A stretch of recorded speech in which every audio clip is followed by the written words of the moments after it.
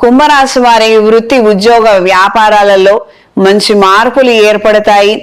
నిదానం మీద తీసుకునే నిర్ణయాల వలనే ప్రయోజనాలు ఎక్కువగా ఉంటాయి. ఇది గ్రహించి మెలగండి. టెన్షన్స్ అమాంతం పెరిగే అవకాశం ఉంటుంది. గొడవలు ఎప్పటికప్పుడు జరుగుతూనే ఉంటాయి. ఒక గొడవ రావడం, అది సమసిపోవడం, మళ్ళీ ఇంకో గొడవ ఇంకో కోణం నుంచి రావడము, ఇలాంటివి జరుగుతూనే ఉంటాయి. కానీ ఎక్కడా దేనికి బెదురుకోకుండా, బెంబేలెత్తిపోకుండా, నిదానంగా సంయమనంతో, మీకున్నటువంటి సెల్ఫ్ ఎక్స్పీరియన్స్తో వాటిని మీరు డీల్ చేయగలిగితే అన్ని విధాల మంచిది. మెలగండి. దూర ప్రయాణాలు చేయాలన్న ఆలోచనలు కలిగి ఉంటారు. వెకేషన్ కావచ్చు, కాస్తంత విశ్రాంతి కావచ్చు.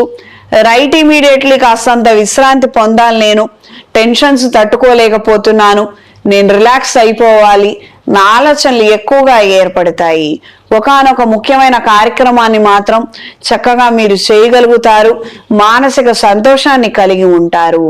ఈ రాశిలో జన్మించినటువంటి స్త్రీలకు కుటుంబపరమైనటువంటి అంశాలలో మంచి పురోగతిని సాధించగలుగుతారు.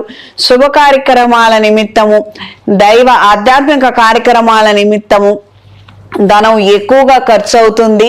అదేవిధంగా స్నేహితులు, శ్రేయోభిలాషులు కూడా మరింతగా పెరిగే అవకాశం ఉంటుంది. కుటుంబ సభ్యులతో కొన్నాళ్ళు సంతోషంగా గడిపే అవకాశం ఉంటుంది. దూర ప్రయాణాలు చేయగలుగుతారు.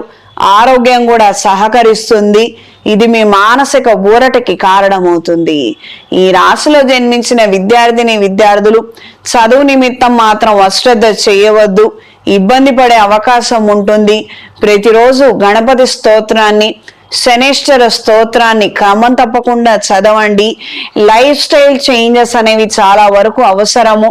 అంటే ఎలా చదువుతున్నారు, ఏ టైంలో చదువుతున్నారు, ఎంత సేపు కాన్సన్ట్రేట్ చేయగలుగుతున్నారు, ఇతర విషయాలలో కూడా కాస్తంత మంచి చెడులను చూసుకొని నిర్ణయం చేస్తేనే మంచి జరుగుతుంది.